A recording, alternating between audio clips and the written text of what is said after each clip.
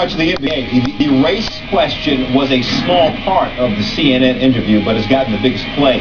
LeBron James and his manager say yes, they believe race played a factor in how his decision to join the Miami Heat was received this summer. Soledad O'Brien is asking the question. I'm not writing down, let's say, let's do what other ball players aren't doing. I say let's do what LeBron James want to do, what he feels is best. Do you think there's a role that race plays in this? I think so at times. It's always, a race factor. All right, for more on this and training camp in general, LeBron looking forward, no doubt, to playing basketball in Miami. Training camp continuing right now at an Air Force base in Florida's Panhandle, Herbert Field. Josh Elliott anchoring our coverage from there. Herbert Field, the regular home to the Air Force Special Operations Command, and this week home to the Big Three and the Miami Heat. They begin a search for that NBA ring, perhaps in 9 months in the offing. And Jalen Rose, the news today, though, away from the basketball court, as we just heard, LeBron James' comments that first aired Wednesday night, comments that he then discussed with our Rachel Nichols after Thursday's lone practice. On Thursday, LeBron James didn't back down from his comments on race, but clearly he was ready to move past them. No, I'm not going to go back on my words and answer the question. I think people are looking too far into it, but at the same time, sometimes it does play a part in it, but, I'll say what I had to say, and I'll continue to move on. You never know. Different people have their different opinions. If that is a factor, that's something that's embedded, and people don't really realize it. You can say that about anything in this world.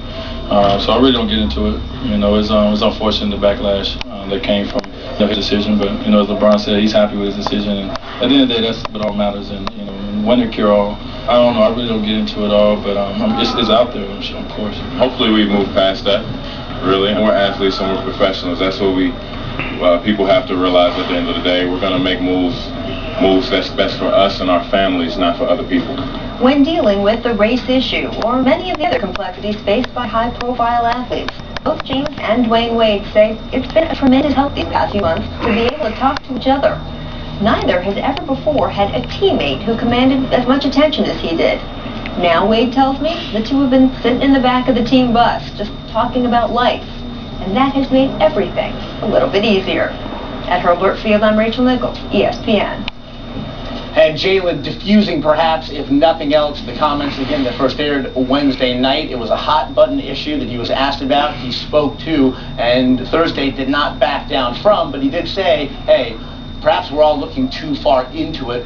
Do you think that he's right? I think we're looking too far into it, but however, whether it's a principal reason or a minor reason, race did play a factor. Now, if you're a Cavs fan and you honor Dan Gilbert, I understand why you guys are upset. I think he could have found a way to let you guys down a little bit easier.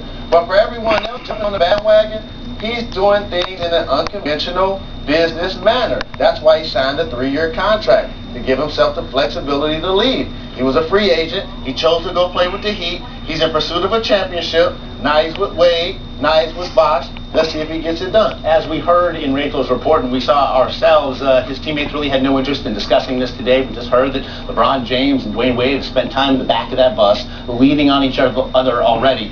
So here we are, 3 days, though, into camp. The first bit of scrutiny has arrived. What does it say about how they dealt with it all? I think they're going to deal with scrutiny just fine, because these guys, their haven is going to be on the basketball court. When they're not playing, everything is going to happen. People are going to judge body language. Are these guys getting along? Who takes the last shot?